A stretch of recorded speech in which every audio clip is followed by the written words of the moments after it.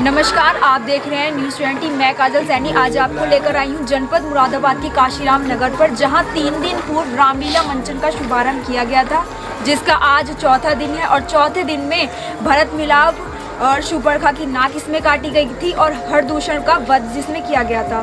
भरत मिलाप की बात करें तो जब भरत और शत्रुघ्न को राम के वनवास जाने का पता चलता है और उनको बहुत दुख होता है, तो शत्रुघ्न और भरत जो है वो वन में जाकर श्री राम और लक्ष्मण से मिलने के लिए जाते हैं, जिसे भरत मिलाप कहा जाता है। उसके बाद जो है शूर्पणखा की नाक जिसमें काटी गई थी। शूर्पणखा जो रावण की बहन जो थी वो वन में गई थी।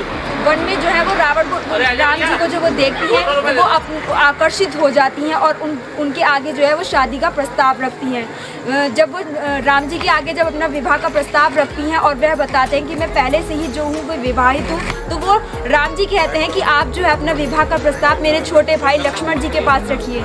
जब वो अपना विवाह का प्रस्ताव जो है लक्ष्मण जी के पास लेकर जाती हैं और लक्ष्मण जी जो है वो उनकी बात को सुनकर क्रोधित हो जाते हैं और उनकी नाक जो है वो काट देते हैं। कटी नाक को लेकर जो है वो लंकापति अपने भाइयों के पास जाती हैं और कटी नाक को देखकर उनके भाई जो है वो क्रोधित हो जाते हैं और श्री राम की बात सुनकर वह वन की ओर उनको दंडित करने के लिए आते हैं। जब वो दंडित करने के लिए आते हैं तो श्री राम और लक्ष्मण जी जो है वो बहुत ज़्यादा क्रोधित हो जाते हैं, जिस कारण हरदूषण जी का वध हो जाता है। तो इसी के साथ रामलीला यहाँ पर का जो ये किरदार थे उसकी समाप्ति हो जाती है। तो अब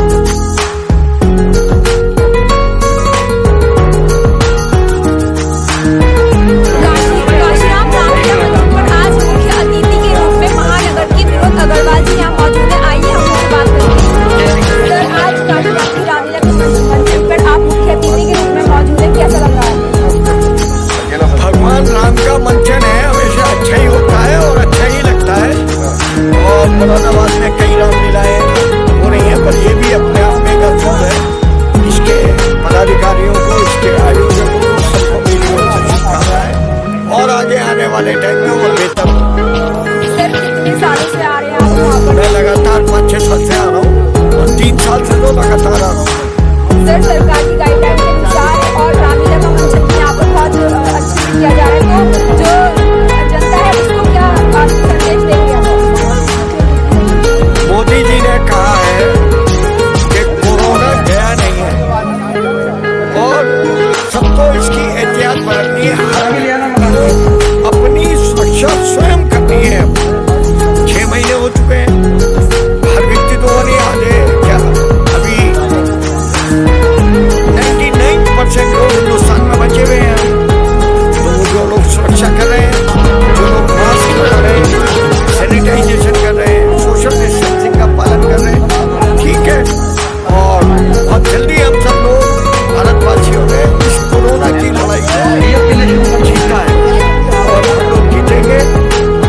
त्योहार भी है, बाकी भी चीजें हैं, सभी काम हो रहे हैं, पर हर व्यक्ति को नियमों का पालन करना चाहिए। बस ये मेरा कहना है। तो जैसे कि आपने देखा, सर ने बताया कि सरकार द्वारा जो गाइडलाइन है सभी जो जनता है उसका वो पालन करे, सैनिटाइजर का वो यूज करे और हमेशा मास्क लगाकर ही वो रहे। उसी के यहाँ पर जो है वार्ड 7 के पार्षद अजय दिवाकर जी और रामलीला मंचन के संस्थापक जी यहाँ पर मौजूद है, तो आइए अब उनसे हम बात करेंगे। सर, कैसा जो रामलीला का मंचन यहाँ पर किया जा रहा है, तो उसका बारे में क्या? देखिए, ये विगत 2 वर्षों से कराया जा रहा है, 10वां वर्ष है। और सबसे बड़ी बात यह है कि ये रामलीला मंचन भगवान प्रभु श्री राम के आदेशित लोगों से करवाया जाता है और हम लोग समस्त टीम के साथ प्रयास करते हैं कि हिंदुत्व को आगे बढ़ाने के लिए हमारी टीम लगी रहती है। और यहाँ पर जनप्रतिनिधि सारे पिछले कई वर्षों से आते हैं। आज भी सारे पार्षद मुरादाबाद के यहाँ पहुँचे थे और महापौर जी द्वारा उद्घाटन किया गया। कल रावण दहन का कार्यक्रम है। रावण दहन में माननीय विधायक नीलेश गुप्ता जी और मंत्री जी, कैबिनेट मंत्री भूपेंद्र चौधरी जी की आने की संभावना है, उनसे समय मिल चुका है। तो ये मंचन, ये पूरी विधानसभा इधर इतने लोग यहाँ पर नई कॉलोनियाँ आवंटित है बच्चों को संस्कार देने के लिए। मैं यही निवेदन करूँगा कि क्षेत्र के लोग बैठे हैं, परिवारों में त्याग, परिवारों में जो मोह प्यार बना है उसे इस मंचन से सीखा जा सकता है। और 20 जो विगत कई वर्षों से हमें प्रमोट करती है, आगे रामलीला मंचन को आगे अपने टीवी चैनल के माध्यम से बढ़ाती है। राजेश शर्मा जी जो कि इस टीम के डायरेक्टर हैं, उनका हमें बड़ा स्नेह मिलता है। तो मैं ऐसे ही आगे भी उनसे प्यार चाहता हूँ इस मंच के लिए। तो यहाँ बहुत बड़ा दशहरा मेला लगता है, लेकिन कोविड-19 के तहत हमें सरकार ने रोकथाम के लिए कहा, हमने मेला नहीं लगवाया। रावण दहन कल हुआ, इसका हम लोग दशहरा शुरू करते हैं, 5 दिन का मंचन होता है। दिल्ली के नोएडा में जो लोग परफॉर्म करते हैं, सियाराम कला मंच के डायरेक्टर विनोद दिवाकर जी, उनकी टीम यहाँ परफॉर्म करती है। कई टीवी चैनल पर उनके शोज आते हैं। लेकिन हमारे लिए बड़ी बात है कि जो काशीराम कॉलोनी नई डेवलप कॉलोनी है, तो उस कॉलोनी में ये मंचन होता है और हम पे अपनी जगह भी नहीं है। ये जगह जो है प्लॉट से खाली गवर्नमेंट ने इन्हें अलॉट कर दिया है प्राधिकरण ने, लेकिन भविष्य में भी भगवान राम अपना मंचन कराते रहेंगे। ऐसे ही मैं ईश्वर से आस्था रखता हूँ। जय श्री राम। तो सर, जैसे कि इतना पावन यहाँ पर रामलीला का मंचन किया जाता है और कितना सहयोग दर्शकों को यहाँ मिलता है, कितना सहयोग यहाँ पर दर्शकों को। देखिए, काशीराम नगर के अलावा करीब 8-9 गाँव यहाँ पर हैं। भोला सिंह की मिलक, सिंह और राम की मिलक, ऐसे बहुत सारे गाँव हैं जिन लोग जो बुजुर्ग लोग, महिलाएं, पुरुष, बच्चे आते हैं, उनकी बैठने की उचित यहाँ व्यवस्था करी जाती है और वो लोग बैठते हैं, मंचन सुनते हैं, बड़ा अच्छा लगता है।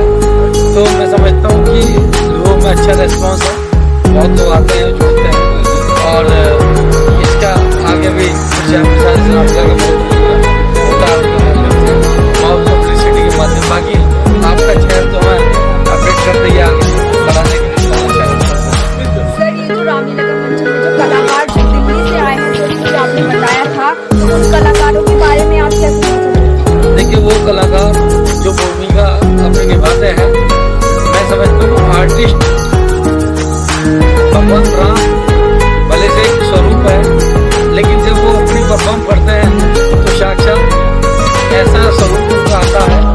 हमें लगता है साक्षात भगवान राम, माता सीता, भगवान लक्ष्मण यहाँ पर है।